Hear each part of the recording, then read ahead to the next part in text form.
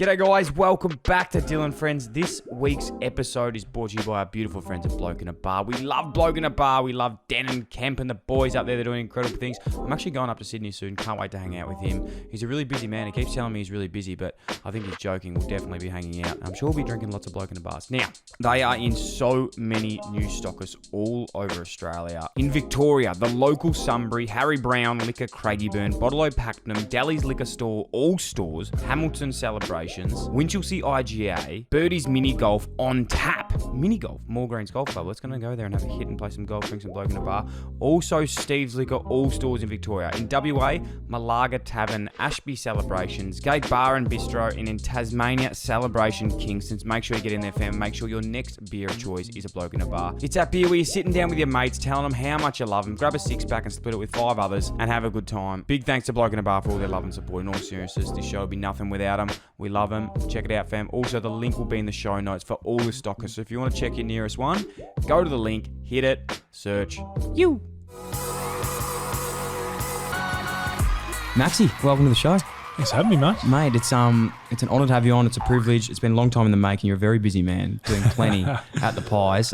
We touched base late last year and finally get time for a chat. It's good to be here. Yeah, we've got some new coaches and some new staff, mate. So it's been pretty hectic, but throw in all the COVID stuff with people missing here and there, and then you got to step in for them. But it's good to be here and have a chat, mate. It's I actually do run clubs in the mornings at the Holden Centre. Yep. And I see the boys coming. I saw my old coach there, Brendan Bolton, the other day. Yes. And it's fair to say I picked up the pace a little bit just to show him, that I was moving very well once just in case still got it, or just in case still got it. Just call up. You know what happens with these COVID things these days. And there's mid-season drafts and all that sort of stuff now. Yeah. So I'll keep it in mind. Yeah, please do. Actually, don't. No, really, seriously, don't.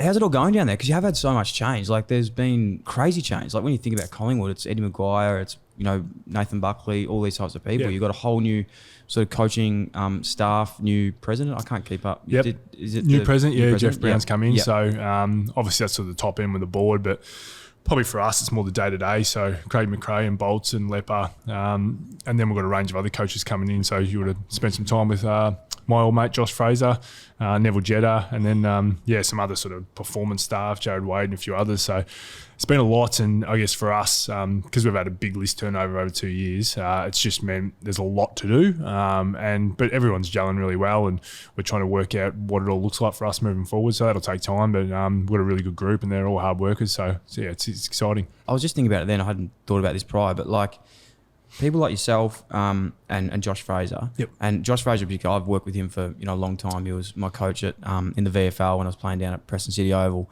And to this day, honestly, I say this is one of my favourite coaches I've ever had. I think he was like the most relatable person. Yep. I think it's really easy for senior coaches to, well, you know what it's like. A lot of senior coaches are these incredible players that become senior coaches. And I think from those positions, sometimes it's really hard to relate to the whole squad of 44. Yeah. Where Josh Fraser, and I've said this before, like the relatability that he had of being the number one pick, the top of his game, had some downfalls. He knows exactly where you're at that time, and he's able to, repay that on the field as well. Yeah, and he's also, I think in that role, that head of development role is so important at every club, in particular ours at the moment, because I think we've got half the list is under 22 or something along those lines. So we need someone who can actually bring all the stuff we need from a professional standpoint, but at the same time be able to relate to them all. And you need balance within your footy department. So you need someone to crack the whip when you need the whip cracked. You need someone to put your arm around them, and everyone hasn't got every string to the bow. So as long as you've got balance throughout it all, then you'll be okay. And he's obviously going to be a huge part of that.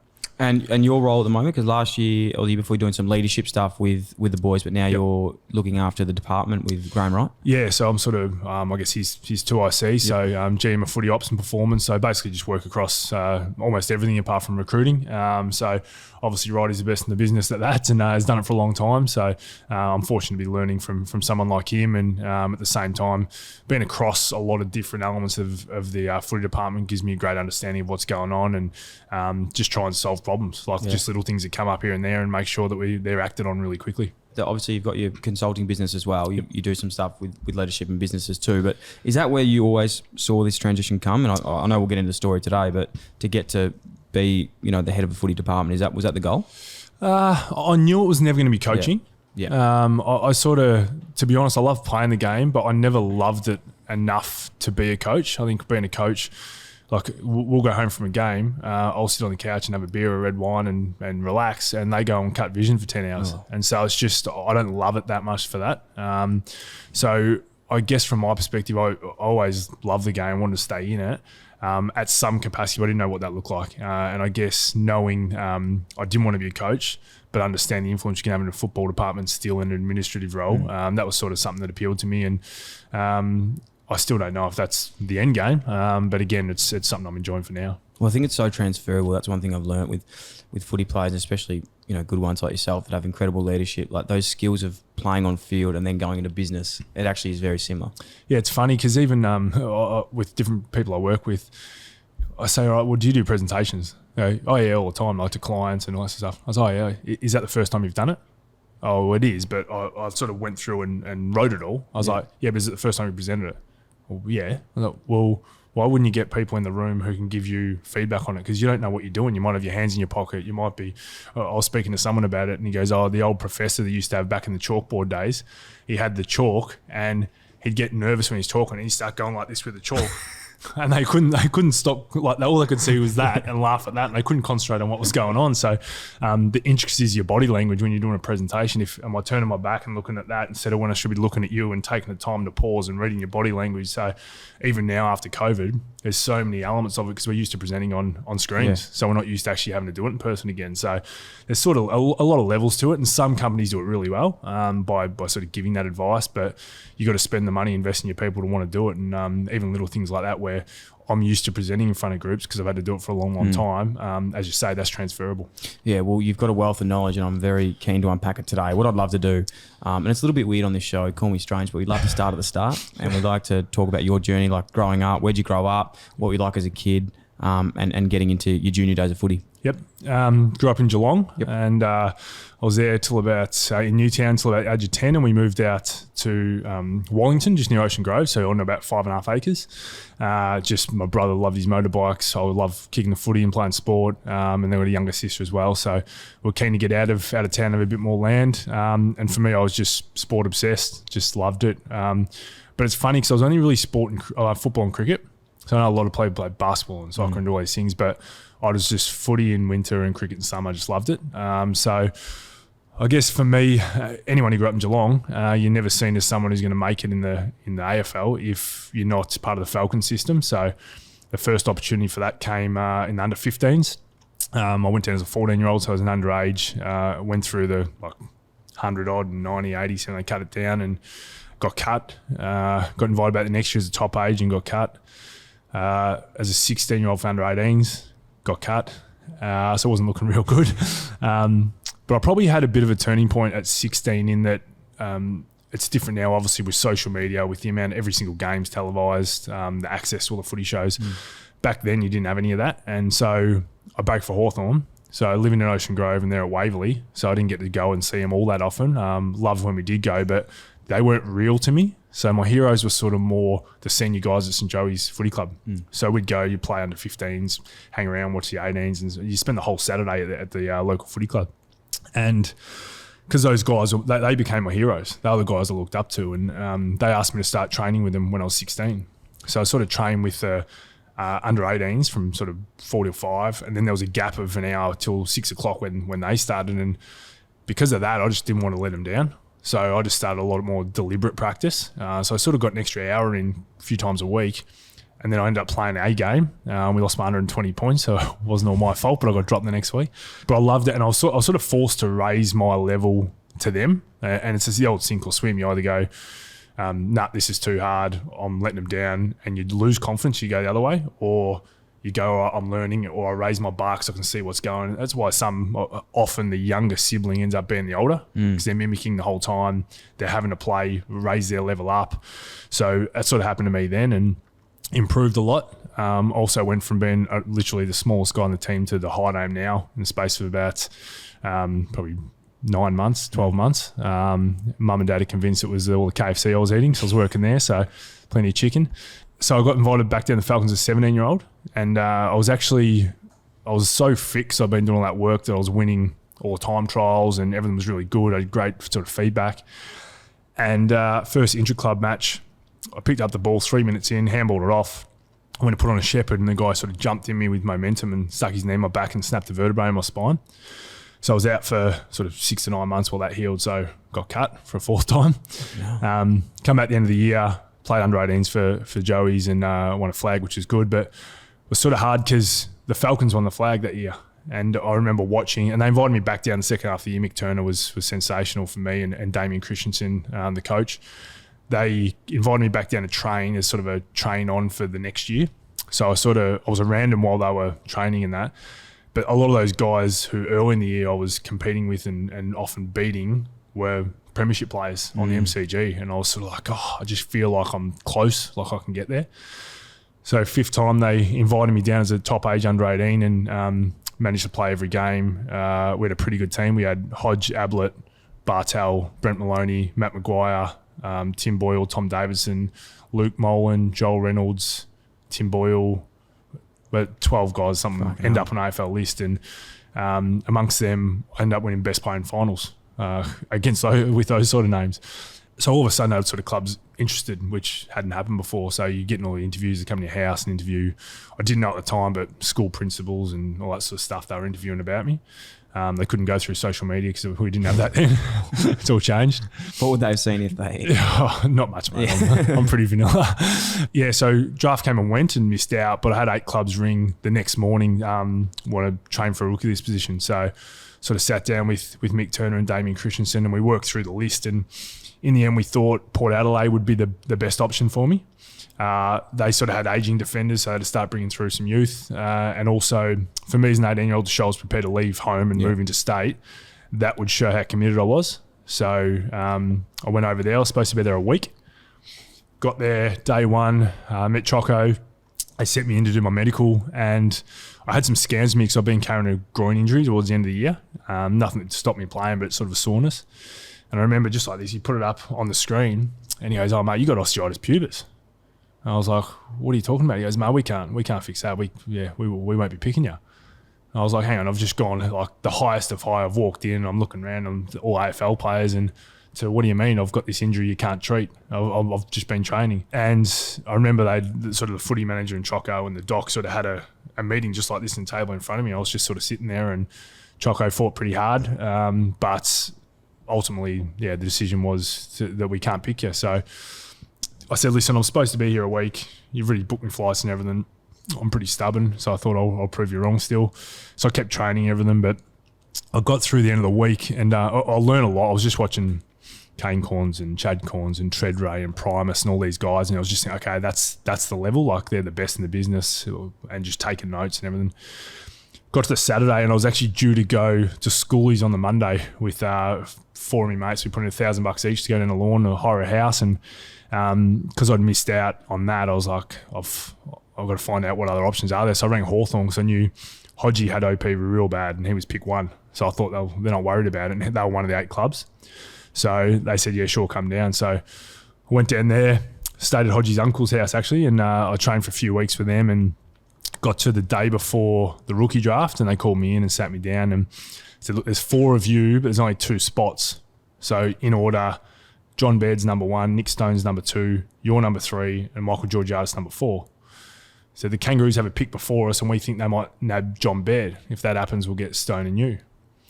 So I was like, okay. So left there like pretty confident. They didn't know what's going to happen at the top of the draft, rookie draft. So Kangaroos pick John Baird, Hawks pick Nick Stone, and then pick Georgiadis. So with the next pick, so I was sort of like, oh. And I only found out probably 6 years ago. I walked in a lift and ran into recruiting manager, sort of had a chat about it, and he said, there was a last second decision made because he'd played for Box Hill, which is Hawthorn's reserves, and you were injured and you'd only been on tape, and we flipped it at the end. So it was sort of a bit of a sliding doors moment. So for me, because I hadn't been part of that Falcons, I knew my brother's a builder, my dad was a builder by trade.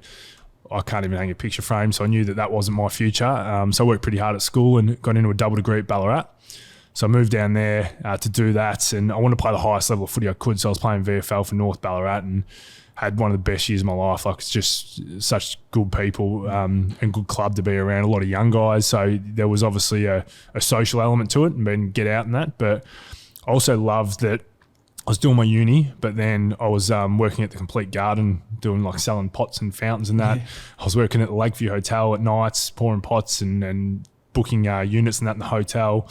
And I was doing yard duty for year 8 kids at Ballarat and Clarendon College a couple of days a week. So everything was on me. Like I had to be responsible for everything and sort of be the one that got myself up and got myself organised. And I loved that I had to rely on myself. So I got to the end of the year and I managed to win the sort of best first year player thing, so I got a bit of attention, and Geelong rang up and Stephen Wells and said wanted to come train with us. So I headed down there to train with them and went through for about a month. Got to day before the rookie draft, and Bomber called me into his office and we sat down and he said, we're not going to draft you and we're not going to rookie you. And I just sort of heart broke right in front of him, and he just said, we want you to play on our top up list, which obviously you got say 44 on your AFL list, 22 play AFL, rest play VFL. There's always injuries, so your top up list tops it up. So effectively, though, if all their defenders are available, I'll be playing back at St Joey's. And I said, mate, I appreciate the offer, but I'm already playing for North Ballarat, like playing every week. I've got uni up there. I've got jobs. Like, why would I come here and hope that I'm going to play? He said, well, obviously, skinny kid at that stage, we can build you up. You'll be in our weights programs. You'll be right under our nose, all that sort of thing. All our coaches will be here. So he sort of made the case, and I said, look, I appreciate it, but I've got a good thing up there. I gave him my word that if I didn't get picked up, that I was going back. And he said, well, I've offered it to you. There's probably not many other options to you, because there was no one else getting picked sort of after that age until sort of the Barlows and Podsy Adleys a couple of years later. So I shook his hand and left and thought that was it. So I was pretty gutted. And this is about, let's say, 5 days before Christmas. So I got home and actually rang up Ricky Barham, who's in Sydney, who was one of the other ones that were interested. And I said, mate, give me a chance. I'll pay my own way. I was that desperate. And he said, mate, we've got to go with New South Wales kids for our rookie list, so I'd love to have you. But and obviously his best mate's Mickey Turner, so he'd pushed pretty hard for me. And I said, yeah, right, I understand. And I thought, all right, we'll go back to Ballarat and go again. So the next day, so one of the clubs that had issues with their salary cap, so everything got pushed back. It was like literally 4 or 5 days before Christmas that that this had happened. And Mum was dropping me in to catch up with my mates from school for a beer, for Christmas beer. I got a text message from a mate and said, well done the draft. I was sort of like, what the hell's this? And I read it out to Mum, and she pulled across 3 lanes of traffic and almost killed us and going, ring him. I rang him up and said, mate, what's that about? And he goes, Collingwood picture. I was like, no, I haven't spoken to Collingwood for 15, 16 months, which was the truth. And he goes, it's on the computer screen. This is before all the stuff was live. And I said, no, it must have been a projection thing, but no, I'd know by now. And anyway, I hung up and had 4 voicemail messages. I'm like, what the hell's going on here? And first one is Noel Judkins, recruiting officer from Collingwood. I went and welcome the club. And I'm like, my mates have got a few hours head start on me. They've grabbed some bloke in a pub and they're stitching me up, having a laugh. And I deleted it. Went the next one, said, I was Mick Moldhouse from the Collingwood Footy Club. When I welcomed the club, I'm like, yeah, bullshit. And I deleted that too. I went to the third one, and it was Peter Lenton, my player manager, who had signed with the year before, and he was screaming like, you fucking beauty, how good's this? And screaming down the phone. And I was like, maybe this is real, because your mates wouldn't know who that was. And fourth one was Bucks, who was the captain of the club. So that's how I found out I got there. So it was, a bit of a journey to get there. And I was a 1 year contract for 18 grand before tax. So I worked at Telstra every Thursday from 8 till 6, just because you couldn't live off it. And probably the thing that gave me the opportunity to go from a rookie list to making it, a lot of it has to do with, Gavin Brown and Terry Danaher were great, and Brad Gotch are sort of assistant coaches. I didn't have a lot to do with Mick in the first year. But at Williamstown, that was Collingwood Reserves, and I had Troy West, Sam Cranage, Brad Lloyd, Craig Smoker, Josh Marnie, Adrian Fletcher. We had like elite Williamstown people, and those guys just welcomed us with open arms, and they taught us like we were their own, like that was their job. And we won a flag that year. We won both flags, we won the first and the second, and that sort of gave me enough to get another 1 year contract and sort of debuted halfway through that year. So I'm always going to remember how important they were in my development and the opportunities they gave me.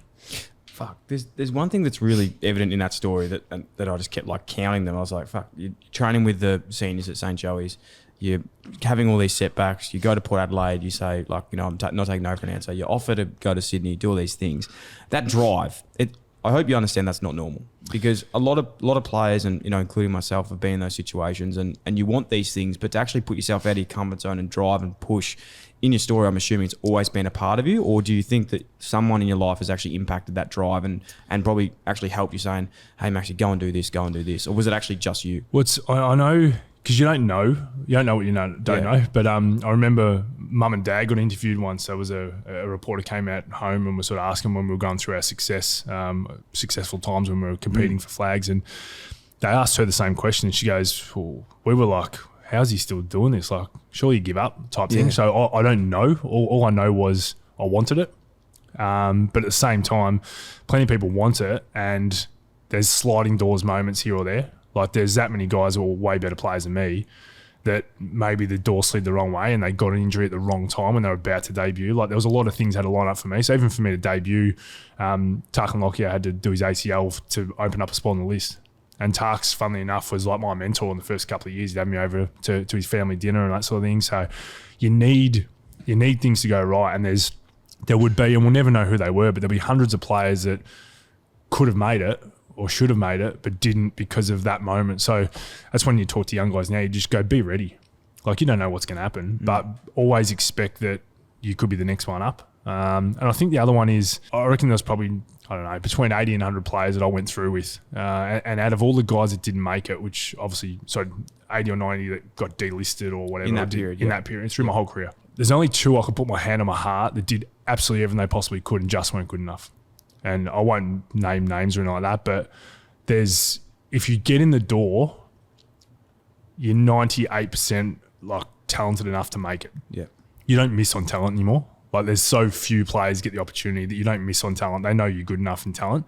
It's all on you. It's either you're not prepared to understand that the guy sitting across me, even though he's my teammate, he's got the job that I want. So I actually have to go out there with the combative attitude to go, it's you or me. And which can be hard because these are your mates. These are the guys you're going out for a beer with. These are the guys you're in change rooms with. But ultimately, 22 play. And if you break it down even more, if you go, I'm the third tall in the back line, there's probably 3 or 4 or 5 on the list. So if we're only playing 1, I've got to get past the other 4. If we're playing 2, I've got to get past the other 3. So you sort of got to have the right attitude and understand that. I think the other thing I managed to do in my career was I knew my limitations and I knew what I was good at. So I knew every time I took a mark, the best option for us was for me to give it to Heath or Benny Johnson flying past and run to get the handball received, because that was going to be best for our team. And that was the best decision for me. I knew if I got the ball and I didn't have a handball option, I needed to either hit a 20-metre kick or kick it 60 metres, because I wasn't someone who could buy time like a Scott Pendlebury and be creative. So didn't mean I didn't work my ass off to get better at those things, but you got to know know your lane, know what you're good at and what you're not. So I loved getting over, running 20 metres and putting a shepherd on for my teammate to get him into space. Like, you ask some guys, they're like, what? Why would you do that? It's not the sexiest Go get the ball. thing, Yeah.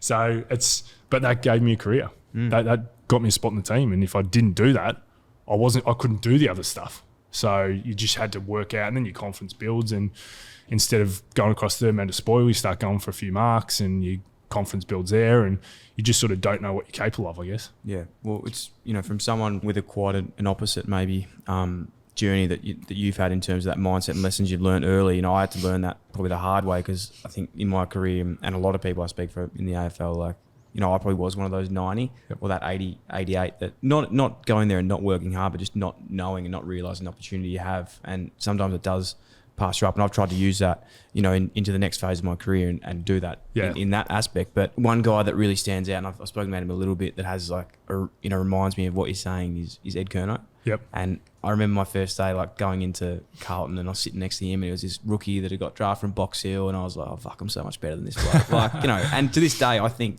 skills and stuff wise, I was, but he has just continually proved people wrong, is a word that, I can't say on a podcast that we both know that you've got to have a bit of when you play AFL footy. Yeah. And there's players like that, like yourself, they're the ones that you love playing with the most.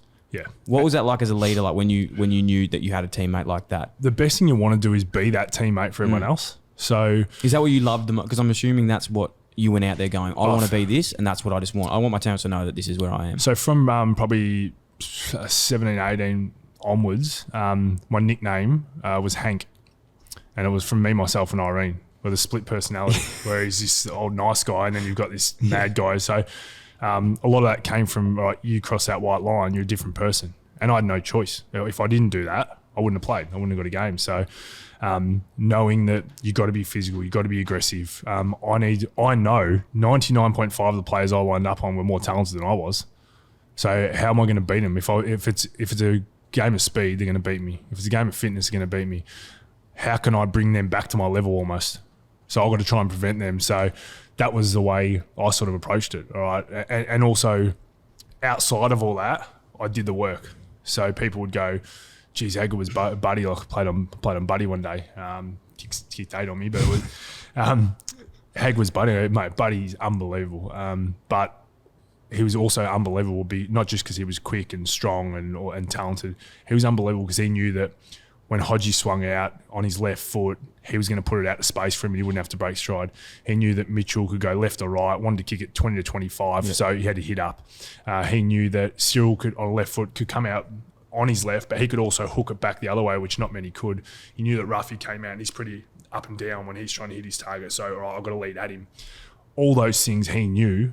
But I studied all that. I studied that for every opposition. So I was watching every tape. I was watching as much as I could because I needed to. I needed every single little 0.5% to get there. And I guess the bottom line around it all is, how far are you prepared to go would be the question I'd ask. No matter what it is, if it's sport, if it's a degree, if it's whatever it is, are you prepared to give up that 18th birthday party because you need that extra night of sleep to prepare for a game? Are you prepared to go home at 10 o'clock instead of staying out till 3? So all the little sacrifices you've got to make, and there's thousands of them. Are you prepared to do them? If you are, you'll probably get rewarded.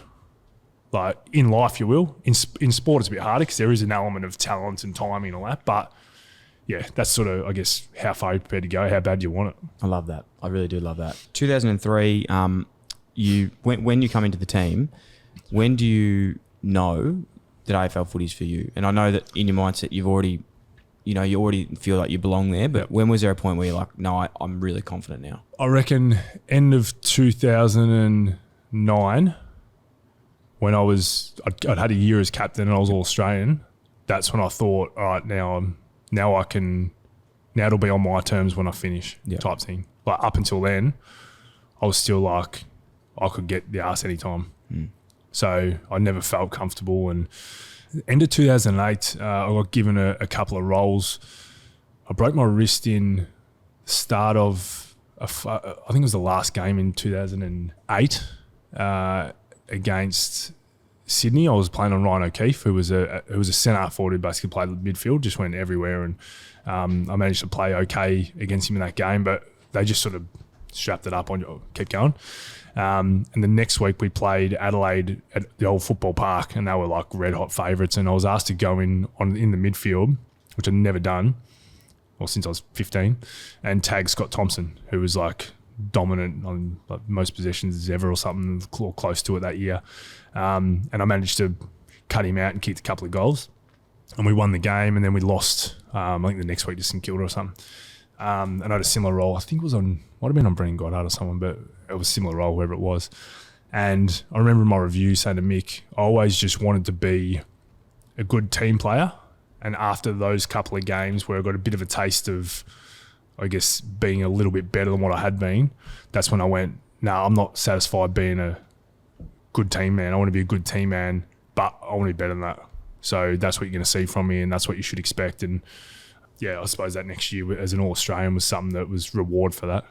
Yeah, it's huge. Yeah, I can still really fondly remember that year, and probably when I was most like loving footy, getting into it, the Pies, as much as I hated Collingwood, it was hard not to respect what you guys are doing. I'd love to talk about the handover of the captaincy. You know, how did it transpire? What was the words? Was there a vote? Bucks finished 2007, but he did the number 5 handover. Yes. Yeah, which was something that we're actually on a plane to Vegas, me and him and Josh Fraser and I think Ryan Loney was on it too, and he just sat down next to me and goes, I want you to wear number 5. Right, so he wanted you to wear it when you weren't even captain. Yeah, true. Yeah. So I was like, what? Why? Like, you're obviously superstar of the game and I'm 22nd picked.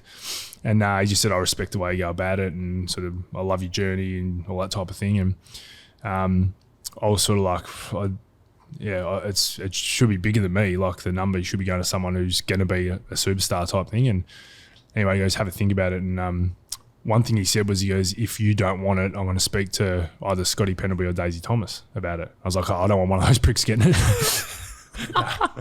I actually thought like those two are going to be absolute superstars. I don't want them to have that pressure. Yeah. Like I'd rather they go about their own journey a little bit, not be faced with a comparison, whereas I'm never ever going to get compared to him. So I sort of thought, okay, that's one in that column. And then the other one in that column was he'd helped me a lot, Bucks had, like in terms of my career and journey, that sort of thing as well. And I spoke to mum and dad about it, and they said, well, if that's what he wants, like you owe him the respect to take it on. And so I sort of came back and took it on and played that 2008 year under Burnsy, and that was part of, I was one of there was a few of us in the leadership group who were supporting him, and it wasn't until the next year, I never had leadership aspirations. Like I've captained one team in my life. So I'd never done it before. So I didn't even know what I should be doing or anything. So I was just as surprised as anyone when I was named captain in 2009. But I guess for me, the thing that worried me, I was like, I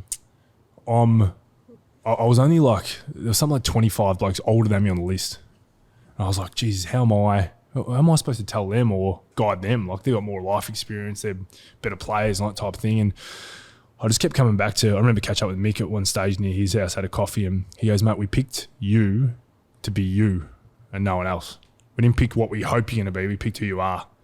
And that gave me confidence to go, okay, I've just got to be me. I'm just going to do it my way. And what actually helped me was, because I didn't know anything any better, was I just did what I thought was right.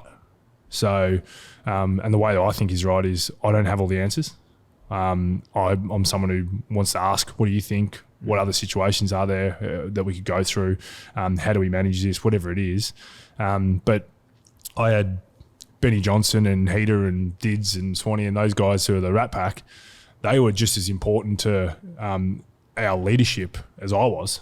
And I say that because I wasn't out with them, but they knew who was, and they knew how to help those guys, and they knew how to have a good time. They knew how to balance me out so that sometimes we probably had to have more of a good time, or we had to have a bit more says from the players group rather than from being told from the coaches group. So they were just as important for me as Pendles and guys who were, I guess, more like me. So and that sort of helped. And again, you get confident, you feel like you've got the right people around you, you get in a groove, and you go from there. Yeah, I can actually, I remember a story now that Heath actually told about you years ago when he was talking about leadership, and he was talking about, why he loved you as a leader so much. And I think there was something, you always have these battles between players, the leaders, and the coaches. And there's like, the leadership is relaying, the message from coaches to the players and vice versa. Yep. And I think, at most clubs, it's quite, sometimes leaders just will do that and they just pass on messages. But I think something had happened one day, and Mick was saying, we want the boys off the piss, or we want to do this on this day, and we want to come in and train on our days off. And you just said, no, we're not doing it. Because you'd spoke to the boys, you spoke to some of the players, and it got the message being like, we can't do it. This is what we need to do. I think it's like any type of management. Like, if you want to be a dictatorship, you're never going to... You can have success, but you're never going to get the most out of the people underneath you. And that was Mick's strength, was he would rip shreds off me in front of the whole group, because he knew that was a trigger for me to go, I'll show you. Don't tell me I'm not good enough and I'll do it. If he did that to someone else, he'd lose them. So for other guys, he'd put his arm around them, and it was more, I'm here to support you, I'm here for you, but I need you to do this, you need to do this. And it was sort of like a different sort of coaching method. And so when everyone says, you can never treat everyone the same, because everyone reacts differently, everyone's got a different background. So Mick knew what button to push for everyone. So that's part of the leadership style of floating it down and bringing it down. So knowing that there's certain rules that are just non-negotiable for everyone, and that's what you decide as a group, start of the year, these are non-negotiables. Talk now, forever hold your peace. And once you get through that, you can always remind, hey mate, you had a chance to say no to that, and you said yes. So you sort of can go back to that. You never want to get to that point though. You'd rather just, everyone understands, I missed the boat on that one, I stuffed up there. But also I think what the boys probably enjoyed was that I always felt like, even in leadership anywhere, you shouldn't ever think you have all the answers. And it's okay not to. And that's the big thing for me. I think that so many people think if they're in a management or leadership position, I need to know the answers. I'm the leader. Why? Why do you have to have all the answers? Like, no one's that smart. They know everything. Everyone's got their own specialty. So for me, it's just understanding the different groups. And then when you have to be strong, we're doing it this way. Or, boys, I understand that you think this, but I'm sorry, this way we're going this way. I need your support. And if they know that you've built a relationship, they know you're in it for the right reasons, then they'll be fine with that. 2008, 2009, it's a building year for the Pies. What do you think, or where do you think a lot of that belief came from? And, it's well documented, a lot of these training camps that you were the pioneer, Collingwood pioneer of going on, whether it was Arizona and Utah and all these places. Do you think that played a massive role in it? Do you think the training standards played a massive role in it? Like, what do you think got you to that, ultimately got you to the grand final in 2010? I think it was a bit of everything, to be honest. I think we had 7 rookies in the Premiership team, which is pretty unheard of for that many rookies at that stage in particular. So we had a lot of guys who were willing to get their hands dirty so the stars could shine, so to speak. And I think you need that balance. You need, there's no point guys who are, I guess, who are your role players thinking they can win the game off their own boot. But at the same time, we want Didak and these guys trying to win the game off their own boot because they've got that talent and that X factor, and you've got to understand that. They're people, Daisy, like they've got that ability. So I reckon a lot of the time there's half the group's job was to do all the crappy jobs so all the other guys can shine and be brilliant. And that's part of being a good team, is understanding that that's how it has to be. So there was that around the timing and the type. On those players as well, so there's one analogy I love in that team who might not be as well known, is like the Lee Brown role. Like someone, I think he was at North Melbourne prior to that. The appointment of going, a lot of people saying, why the fuck would you have got, Lee Brown to come play for Collingwood, but ultimately was one of the most important players in the team. It was funny because I was at the Moonee Valley Races on a Friday night. I think it was the night before the grand final. It might have been the AFL grand final, and I was trying to recruit him to St Joe. He used to be a local club. He ends up being my premiership teammate not long later. So was he delisted from North, or was he just finished up? I don't know if he delisted or wasn't, whatever it was. Yeah. But I was like, oh mate, I've got to get Danny Joe. He's like, you'll be perfect. And I was chatting to him about it, and in the end he ends up coming to Collingwood. So and again, it's been able to fill those gaps. Like Bally obviously just had a ripper grand final the year before off 50% game time, and just needed a refresh. Jolie obviously wanted to come home. The other part that, like, as much as you talk about how good the team is, like that, you talk about the 22, but we had Josh Fraser, Leon Davis, who missed the second one, Tarkan Lockyer, Shane O'Brien, Paul Medhurst. I feel like I'm forgetting someone. Simon Preciacomo got injured. Yep. Like, we had so many guns who taught us so much, and you sort of like, and before that, Burns and Clement and Lucuria and Buckley and all these guys, and you want them, Wakeland, you want them to have a flag because they helped build that flag. Like, they helped teach all us what we knew, and it's the sliding doors of, like, Jimmy Clement would have been captain of that team, but he ended up retiring earlier because he had some for some family issues and moved back to Perth. So a guy like that, who was my sort of footy mentor, who taught me so much, it's a sliding doors thing again. So you need the timing to be right as well, and the timing was almost wrong because we almost lost the grand final. So we've had to come back and do it the next week. What was the memories of that first one? Obviously the drawn grand final. It was a massive. I was actually at that game, and I can still remember it so clear to this day. What was your thoughts on the game? I've heard a lot of people say now that that was probably really lucky that it was drawn, because if another 5 minutes and St Kilda probably looked like they had the runs on the board. Yeah, we used to get one vote in the best and fairest if you played your role, just played your role, so nothing special, just played your role. 2 is obviously better than that, 3, etc. I think we had 5 guys get a vote on that day. So normally, if 5 guys get a vote to play their role, 17 haven't, you lose by 10 goals. So again, we got real lucky that we had enough. Probably those 5 actually helped enough. But I remember talking to on the Monday, Mick went through the footage of the review and that sort of thing, and he said what we did, we just kept bombing it into Fisher and Gwilt and all those guys, and they just kept picking it off. Like, it was just bad ball moving going forward. And he goes, at the end of the meeting, Nick, and from you, and I said, yeah, there's one thing. I know that a lot of guys are really disappointed with how they played on Saturday. And grand finals, sometimes you never get a chance to make amends. Sometimes 5 years later, 10 years later, you might. So we got a chance in 5 days' time. I promise you, if you come out and play your role and do your job, what happened on Saturday will never be remembered. No one ever goes, oh, who were the 17 who didn't play well? They go, who were the, I think it was 18 or 19 who got votes the next week. So you're a premiership player because just put that aside. Like, it didn't work. We didn't play well. Just come out and play your role this week. So the other one was when we, after the game finished, we were out in the grounds. And everyone thought we were out in the ground because they were debating whether we should play extra time. And obviously I hated the fact that we had to come back and do it again, which ended up being all right. But it was actually because the rooms flooded with sewage.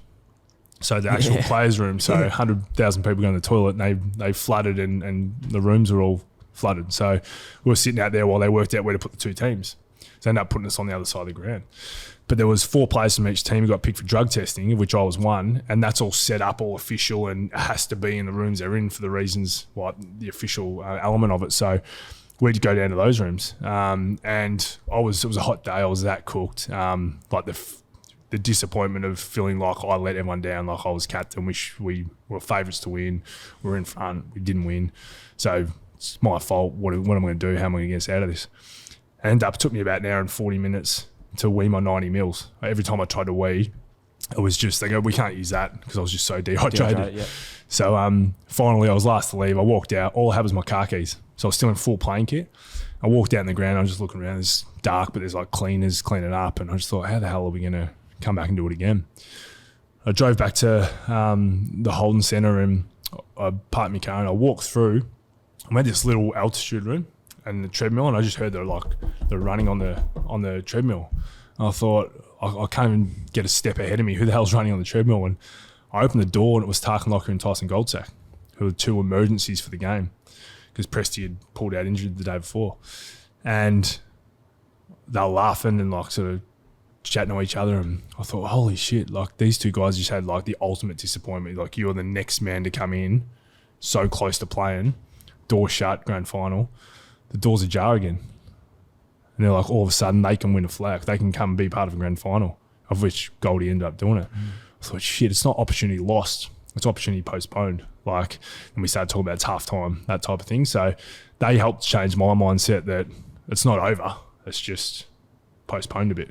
Fuck. What happened the next week? What happened the next week? Like, do you remember going into round 2, feeling what you're feeling? Because I think I was, you know, we were chatting about this before, but as an onlooker in that game without knowing anything you just said, I remember being at the game and looking at St Kilda, and they sort of came together and they were talking to each other. And I remember the Pies being, you know, sort of depleted on the ground, laying separately. And in my head, I was like, fuck, I reckon St Kilda might have this. Like, they just feel like they're a bit closer together. But without knowing, you know, what had sort of transpired in that week about. Yeah, I just thought once we got through the recovery part and we learned what we needed to do, I just thought there's no way we can have that many guys play that badly again. Yeah.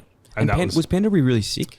Yeah, he had been. Well, he tells us he was. Yeah. So, story. Because he's the only bad game he's ever played. So, no, he had been. He lost a few kilos that week. But again, he's sort of the one, he's not remembered as had a well below average game by his standards in a grand final. It was Norm Smith medalist. Yeah.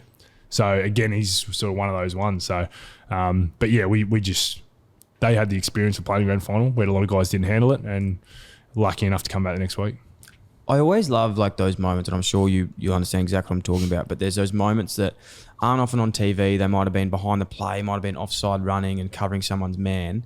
Have you gone back and reviewed that game, or did something stand out to you in that game where you were like, fuck, that's just unbelievable? Like, I really remember like a smother or something tough. Well, Heater obviously talks about his smother more than anyone. He sends us videos on it all the time. So I won't talk about that. Well, probably not specifically, because I think after the first week when we did get a few goals up and we thought like half time we probably should have been 4 or 5 going in, 4 or 5 up. And St Kilda were a team that just hung. They just hung with you and hung with you. And we didn't want to get too far ahead to the point where when Harry kicked that goal, I think it was about 11-minute mark of the fourth, and he was going nuts, carrying on. All the boys were jumping on him, and I came and gave him a hive, and then I go, "What are you fucking doing, bloke? Switch on, get back in here!" And I just started giving it to him, and they were like, "Oh, okay." And so everyone went back and got to their man, and I sort of looked up the scoreboard, and I was like, "Oh shit, we're going to win." And I was like, "Oh, I've probably carried on a bit there." So I remember then just started doing the loop, like in between stoppages and that, and just sort of patting each other on the back, and that was cool to know 10, 15 out you're going to win. And then it was, well, then we couldn't get near the ball anyway because Didak, Thomas, Johnson, Shaw, they just basically chipped it around and played their own game for the next 10 minutes, and the rest of us just stood by and watched. So they were just racking and stacking. What goes through your head when that siren goes? Obviously, it's taken a week longer than you would have hoped. The journey that you've been through to get to where you are, you're captaining an AFL club, probably the biggest club in the AFL, and all the setbacks you've had in that stage. Was it surreal? Did you actually reflect on it then, or did your mind just go to celebration? It was pure relief. Like, I got one. They can never take it off me. If this is the last game I play, I managed to be part of a team that won one. Like, that was just all it was. And just remember dropping to my knees and boys piled on.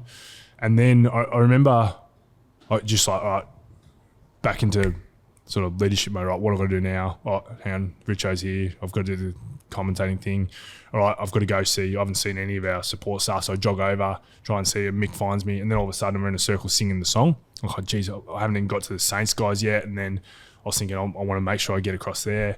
And then the master of ceremony, all those type of people come start grabbing you and pulling you over. You're going to go up at this time. They start explaining to me. I was like, so I still, like, not filthy, but I feel I should have somehow. I need to get across to Nick and Rossline and those guys, and I didn't actually do it. So that was sort of something that still stays with me a little bit, that I didn't get across there.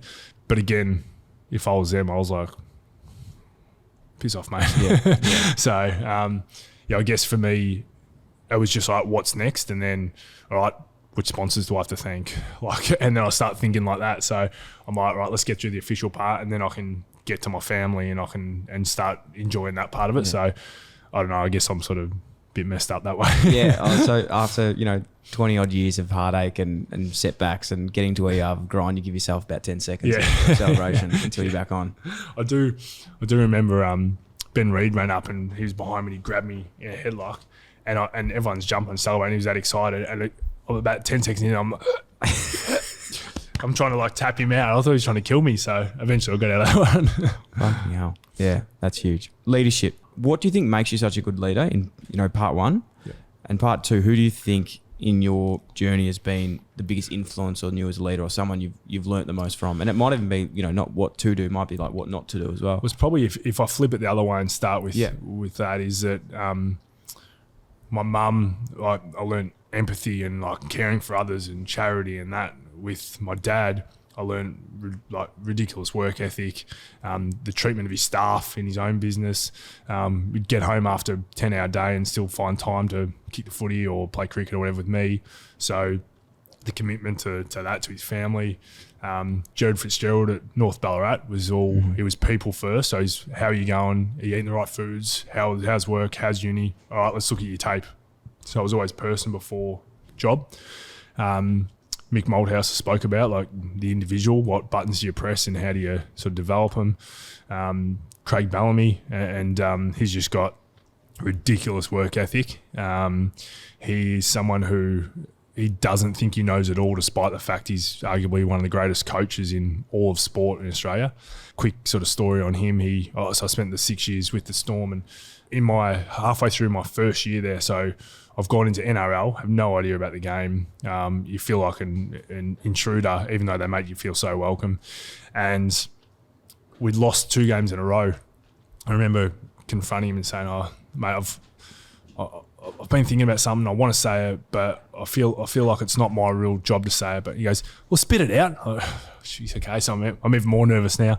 And I said, "Mate, the last 2 weeks, the player that's been voted our best player is Ryan Hinchcliffe." He's like, "Yeah." Yeah, so he's come off the bench both times.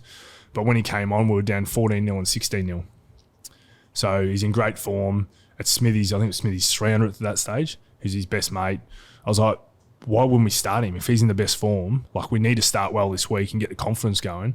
And he's Smithy's best mate, so that's even more to him.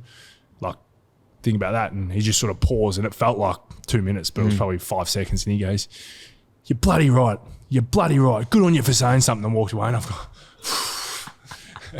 and it was, again, so for him, you got a guy who doesn't know the game, who is here to do a leadership role, not selection or anything like that. He could have said, "Piss off, mate. Like, what are you doing? I'm the coach. Let me look after it." But he's like, considered, okay.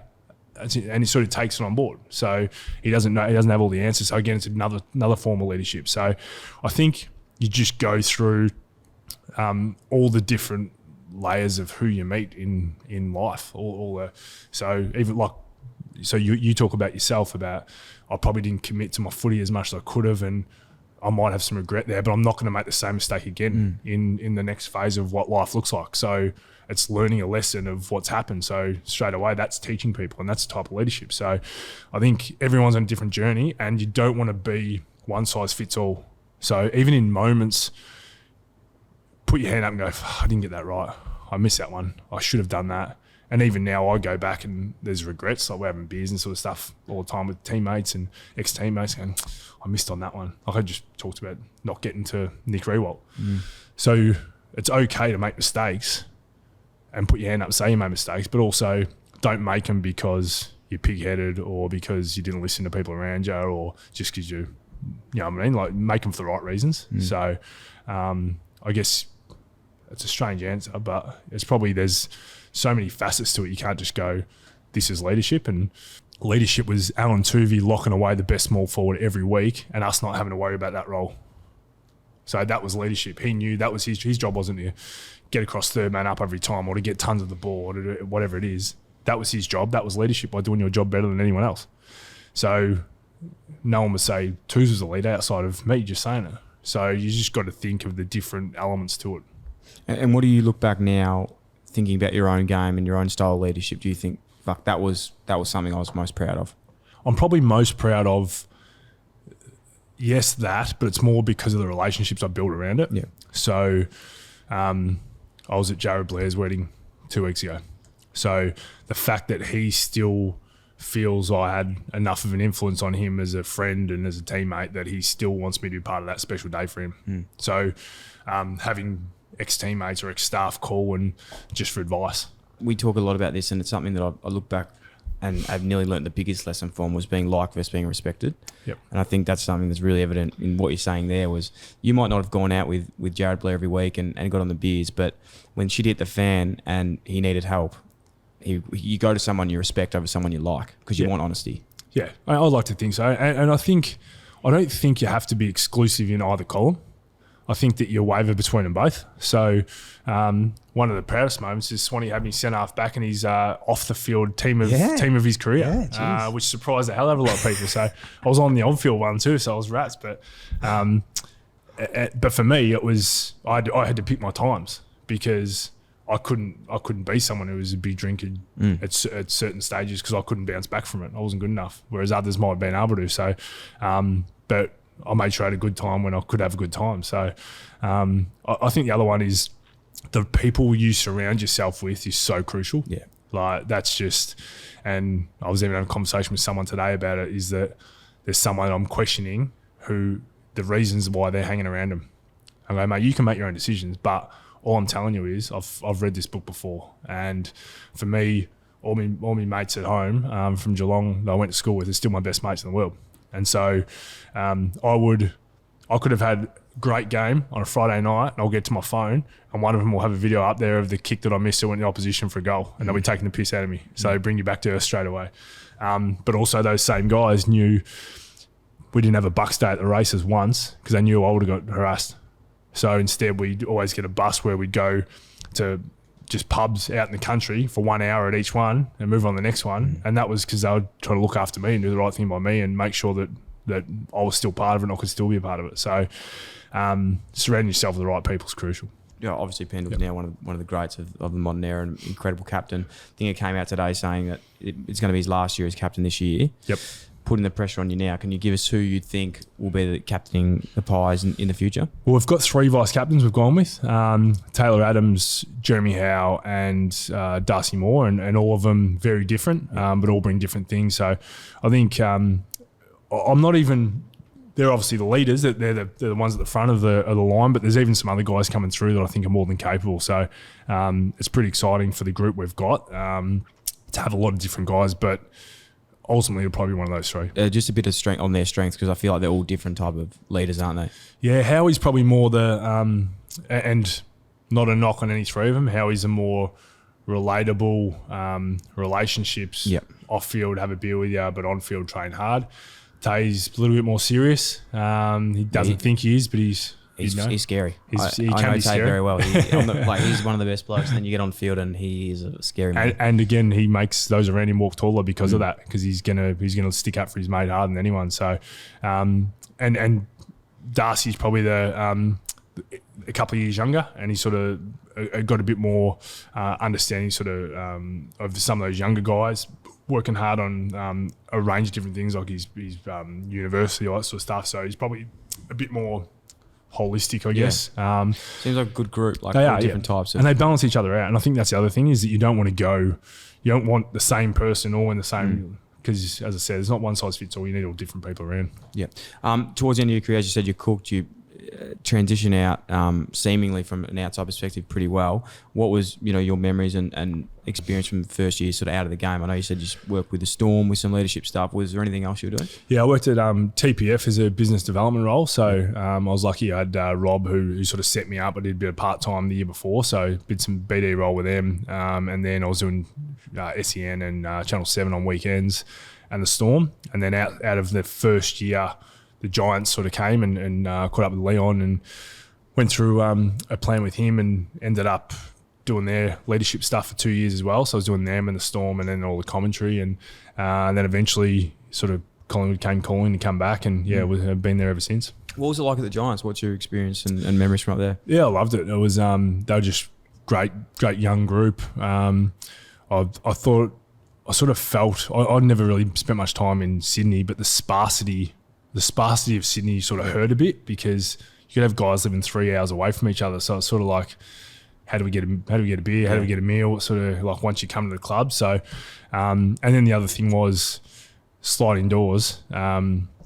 Lost the, let me just think of what it was. It was 2016? It was the Bulldogs game by under a goal, and they lost Ruffy, but we lost Wardy early on, who was like the heart and soul of the whole team. So that was pretty shattering. And then the next year, we lost to Richmond in the prelim final, I think it was as well. When Dill got knocked out early in the first, or late in the first when he was dominating. So again, there was a couple of sliding doors moments for the team, and you got to be at the right place at the right time. You need some luck. So I was sort of a bit disappointed to leave then, because I felt like on a bit of a journey and weren't far away, but sometimes you can't choose the timing. To finish up, we spoke about it earlier, and talking about you want to be that player that people love playing with. And I think it's, as we've covered it a lot today, but that's really evident in your story that you were one of those players. Like if I played with you, I'd just go, fuck, I hope Maxie thinks that he can back me and he wants to go to war with me. Captaining teams, working with AFL clubs, can you give us a couple players that you've worked with where you go, yeah, I love this bloke, like he's like me?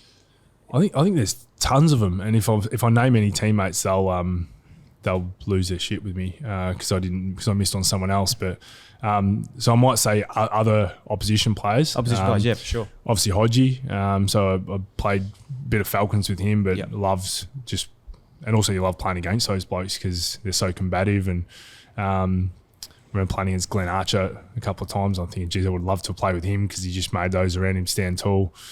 Let me go the other way as well and look at the Storm. I look at guys at the Storm and think Jesse Bromwich, who's the captain now, and he was a guy who he'd just come charging out with that ball knowing he's running into 400 kilos in three blokes who are going to smash him, but he'd put it down, get up and go again. And Dale Finucane was similar with that. Cameron Smith, just for his calm nature and the way he controlled the game. He was someone who I just, obviously admired and loved watching him play. So, but then you also like the brilliant part. So you get the brilliance of guys like Didak and Thomas and Swan who could just do things that you're like, leadership in another way, isn't it? Yeah, and it was just lovely. I just love seeing them do it, and you just start giggling yourself when you go, I could have 1,000 shots at that, no one would have done that, and Dids would do it in one. And then like you Storm, you'll watch like a Billy Slater, and you just go, my God, how does he do that? And so for me, it was like I spent some time with the Melbourne Stars over one summer doing some work with them, and Glenn Maxwell's obviously the captain, and I'd watch how he batted, but also in his mind, I'd ask him questions after the game from the field and from bowling. So why'd you do this? You thought about this? And he goes, he's only good short balls on his leg side. So I want to make sure he had to hit to the long boundary. And then like, it probably sounds obvious now, but under pressure. Yeah, without him pointing it out, and he knew every one of them. So he'd be saying, bowl it, go up to the bowler and say, bowl it here, bowl it here, bowl it here, and just having that almost photographic memory of I know what this guy wants and this is how I'm going to make it hard for him. So playing with people like that are thinking one step ahead is obviously, it means you don't have to. So the brilliance is also awesome to play with because I know I couldn't do it. And it's good to watch and it's entertaining. One thing you mentioned there as well that is really something that I'm trying to work on at the moment and always trying to get better at is, I suppose it is a form of leadership, but it's that staying calm. I think you said about Cam Smith before. I find that sometimes when like the pressure or situations, I can get panicky and you make reactive decisions and it's not always what you wanted to do. Yep. How important do you think of that as a leader and did you have to work on that, or was that something that you found was, really focused on throughout your sort of time? I don't know. It's certainly not natural, I don't think, to most. It's fucking hard to do. Yeah, but I think it's planning and preparation and reviewing, and it sounds bloody boring, but that's what it is. It's coming into a podcast knowing these are questions I want to ask. If it goes this way, I want to go here. I want, like, whatever it is, whatever you need to do in your planning and your preparation. But then it's also at the end of it reviewing, sort of like, all right, did I get all those points across? Oh no, I missed that. It's sort of actually analysing yourself, and that's probably something that in sport on a Monday we'd review, the leaders would review, the coaches would review, then we'd come together, review together. You're reviewing your line, you review your individual tape, and you review the whole team. So there's 6 reviews taking place effectively every single Monday, and then you move on to the next game. So as a business person, how often do you review? Yeah. Quarterly, half, like that's usually how it happens. It's not the end of the week or the end of the day. So it's even like take 15 minutes to go, right, what do I have to achieve today? Bang, bang, bang, bang, bang. Like there's going to be stuff, let's throw that around, but what do I have to achieve? And then what's the bonus? What's the cream? And then at the end of the day, taking 10 minutes to go, okay, missed. Because you'll find out it might mean that for the first hour of the day, I'm locking the door and turning my phone off because I can't miss on these 6. And then if these ones don't come up, that's okay. But then I can deal with everything else. So I think that in sport, we're forced to review, and in life, we don't. So if you actually take the time to go back and look at it, then you can sort of learn those lessons. Oh, for sure. I hated reviewing games. It's something that I've never really done post. So it's something that both Sams we talk about every week after podcasts is I should be really listening back and making notes on everything we do. Max, you seem like someone who's definitely not going to slow down. Even talking to you today, I'm fucking inspired. I'm ready to run through a brick wall. What's next for you? What do you want to achieve, in the second sort of phase of your career? I'm probably not looking too far ahead, mate, to be honest. I think I've got 3 kids, so I'm coaching the under-10s footy team this year, so that's going to take some time, but I think you just want to give them the best opportunity to sort of be successful themselves, teach them lessons, and help them with their passions. And then outside of that, right now, immediately, I want to help a new coaching group, a new staff group, build something that has longevity. And then beyond that, we'll see what happens. Mate, it's exciting times for you, exciting times for the Pies and everything you're doing. We honestly can't thank you enough for coming in and sharing your wisdom. And I know I've learnt an absolute shitload today, so we've just got to put into practice now and go for it. But in all seriousness, mate, you should be so proud of yourself of what you've been able to achieve and all the setbacks, you've still risen to the top. So that's the main reason we wanted to get you in and share a bit of knowledge. So thank you so much. Awesome. Appreciate it, mate. Right on. Thanks, brother.